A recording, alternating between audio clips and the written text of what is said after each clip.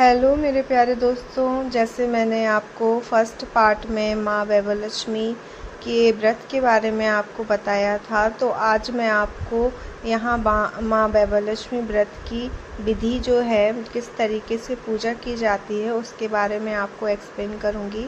तो सबसे पहले जहाँ पर आपको पूजा करनी है, वहाँ पर आप एक अच्छे पानी से पहले साफ़ फर्श कर लीजिए, उस पर पोछा लगा दीजिए।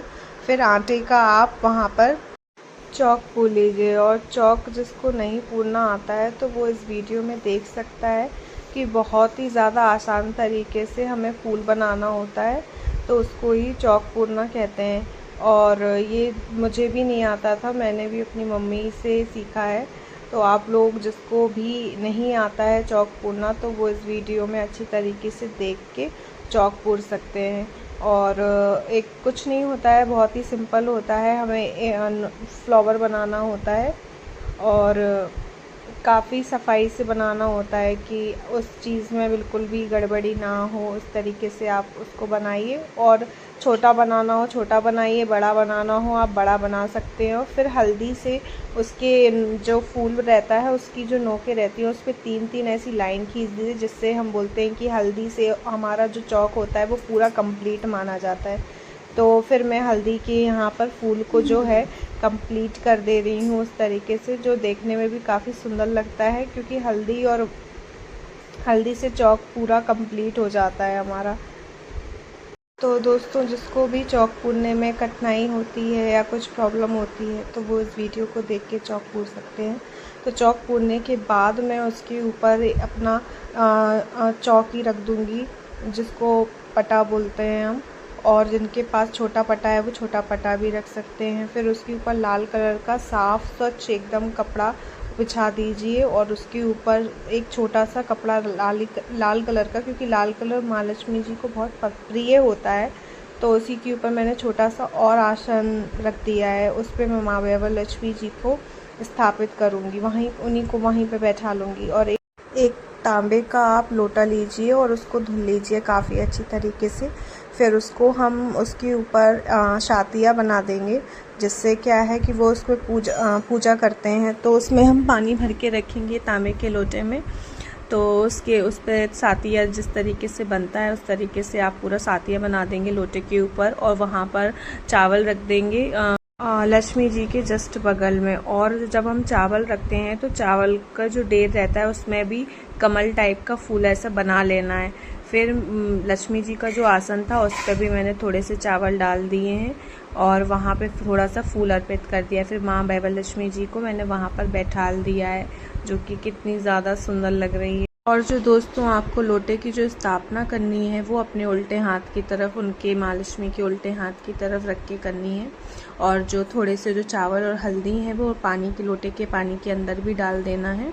और उसके बाद थोड़े से जो चावल है मैंने वो आगे रख दिए हैं आसन के तौर पर। उस पर गणेश जी की स्थापना करती है, क्योंकि गणेश जी के बिना मैं कोई भी जो पूजा होती है वो इनकम्प्लीट ही लगती है। तो गणेश जी की मैंने स्थापना वहाँ पर कर दी है थोड़े से चावल रखकर, जिससे उनका जो आसन बन गया उसके ऊपर गणेश जी मैंने बैठाल दिए।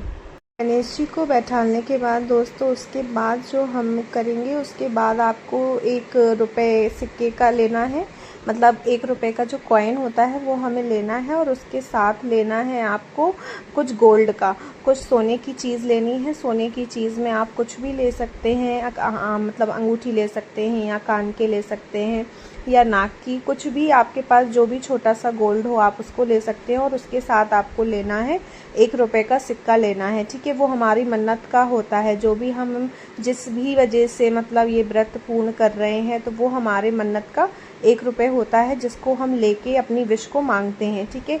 तो जो मैंने गंगा जल लिया है उससे मैं 1 रुपये के सिक्के को और ये अंगूठी को मैंने अच्छी तरीके से गंगा जल से धुल लिया है। फिर इसके बाद धुलने के बाद आपको क्या करना है, ये जो लोटा रखा है उसके ऊपर इसको अच्छे से रखना है। आपको 1 रुपये के सिक्के को और सोने के आभूषण को इस कलश के ऊपर एक कटोरी में आपको अच्छे से रखना है। फिर दोस्तों, हम एक पुष्प में गंगा जल लेंगे और उसमें सभी चीज़ को, माँ लक्ष्मी जी को, और जहाँ उनकी चौकी रखी है वो वहाँ के स्थान को हम शुद्ध कर देंगे गंगा जल से। फिर हम माँ लक्ष्मी जी को और वहाँ रखे हुए जो आभूषण हमने रखे हैं सोने के और एक जो नकद रुपया रखा है उनका हम पूजा करेंगे अच्छे से। और माँ लक्ष्मी जी को टीका लगाएंगे, उनको रोटी का और चावल से उनका टीका जो होता है वो लगाएंगे। और जो रखी हुई चीज़ें हैं उसको भी हल्दी और चावल से टीका करेंगे। और दोस्तों जो भी हमारी जो मन्नत होती है वो मैंने उसके अंदर डाल दिया, बिकॉज़ ये मेरा जो व्रत था ये मेरे दूसरे बार का है। जब मैंने पहली बार किया था तो जो सिक्का जो मेरे हाथ में था, पुष्प मेरे हाथ में थे। तो दोस्तों आप जो मन्नत लेंगे तो मन्नत लेने के बाद आपको उसके अंदर जो कटोरी है उसके अंदर आपको 1 रुपये का सिक्का और चांदी का आभूषण छोड़ना होता है। ठीक है दोस्तों, तो मेरा जो मन्नत का था वो मैं ले चुकी हूँ, संकल्प जो था वो मैं ले चुकी हूँ, तो इसलिए मैंने उसको पहले से ही कटोरी के अंदर रख दिया था। फिर माँ को अच्छे से लाल गुलाब की माला आप उस दिन खरीद लीजिए। अगर आपके घर में लगे हुए फूल हैं तो बहुत अच्छी बात है, क्योंकि माँ को हम लाल कलर के फूल ही बहुत अच्छे लगते हैं, लाल कलर के वस्त्र उन्हें बहुत पसंद है। जो उनको प्रिय है उस दिन आप वही चीज़ कीजिए। और उनको श्रीयंत्र तो बहुत ही ज़्यादा प्रिय होता है, जो मेरे पास श्रीयंत्र है। अगर आपके पास नहीं हो तो जो आपके पास किताब होगी, किताब के सबसे लास्ट वाले पेज पे श्रीयंत्र बना होता है, आप उसकी पूजा कर लीजिए। तो मेरे पास ये श्रीयंत्र है पहले से, तो मैंने माँ लक्ष्मी जी के पास रख दिया। उनमें जो देवी बनी है 8, उनकी पूजा करके उनके पास। फिर हम दिए में शुद्ध घी डालेंगे और शुद्ध घी का ही आपको दीपक जलाना है। और ना हो तो फिर आप सरसों के तेल का दीपक जला सकते हैं, लेकिन कोशिश ये कीजिए कि माँ को शुद्ध घी का दीपक जलाया जाए। और फिर उसमें एक लंबी बाती बना के, क्योंकि आपको पता है कि लंबी बाती जो होती हैं वो देवियों को मतलब बनाई जाती हैं, तो लंबी बाती बनाइए और उनको लंबी बाती लगाइए। और जो गोल बाती आती हैं वो हनुमान जी हुए और जो शिव भगवान जी हैं हम उनको लगाते हैं। फिर हम उन्हें धूप बत्ती रखेंगे और धूप बत्ती की जो भी खुशबू होती है वो बहुत ज़्यादा अधिक प्रिय होती है माँ लक्ष्मी जी को। तो अगरबत्ती धूप बत्ती जो भी आपके यहाँ है, आप बहुत ही ज़्यादा सुगंध वाली उसको खरीदिए और उनके पास लगाइए। और उनको जो भोग लगाते हैं तो वो आप घर का बना मीठी खीर तो बहुत ही ज़्यादा अधिक प्रिय होती है घर की बनी, तो आप मीठी खीर उनको बिल्कुल बना दीजिए। और मीठा कुछ भी आप चढ़ा सकते हैं। जैसे मैंने आज तो बर्फ़ी, दूध की बर्फ़ी मतलब परचेज़ की थी और मैंने उनको वही भोग में आज चढ़ाई हुई है माँ लक्ष्मी जी को। लेकिन आप लोग कोशिश ये कीजिए कि माँ लक्ष्मी जी के लिए कि मैं थोड़े से चावल की खीर उनको बहुत अधिक प्रिय होती है भोग में, तो आप वो बना सकते हैं। और समटाइम्स आप कुछ मतलब प्रॉब्लम वगैरह होने पर तो आप बर्फ़ी खरीद सकते हैं दूध की बनी हुई, तो आप बर्फ़ी उनको भोग में लगा सकते हैं। और बर्फ़ी का जब हम भोग रखते हैं तो उसमें तुलसी के पत्ते ज़रूर रखें, जिससे उनको भोग पूरी तरीके से लग जाए।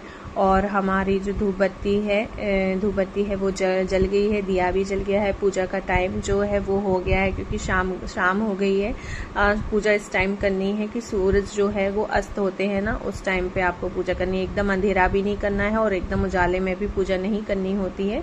शाम की पूजा इसी तरीके से करनी होती है। और माँ लक्ष्मी की ये जो किताब है उसके अंदर कथा दी हुई है, 8 देवियों के नाम दिए हुए हैं, तो आप उन देवियों के नाम लीजिए, किताब को टीका कीजिए, उनकी पूजा कीजिए, माँ लक्ष्मी मन से बोलिए। और उसके बाद जो कथा है उसको आपको पढ़ना है पूरे दिल से।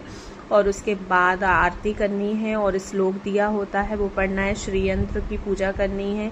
और दिल से आपको जय माँ वैभव लक्ष्मी 21 बार बोलना होता है इस पूजा में। Thank you for watching.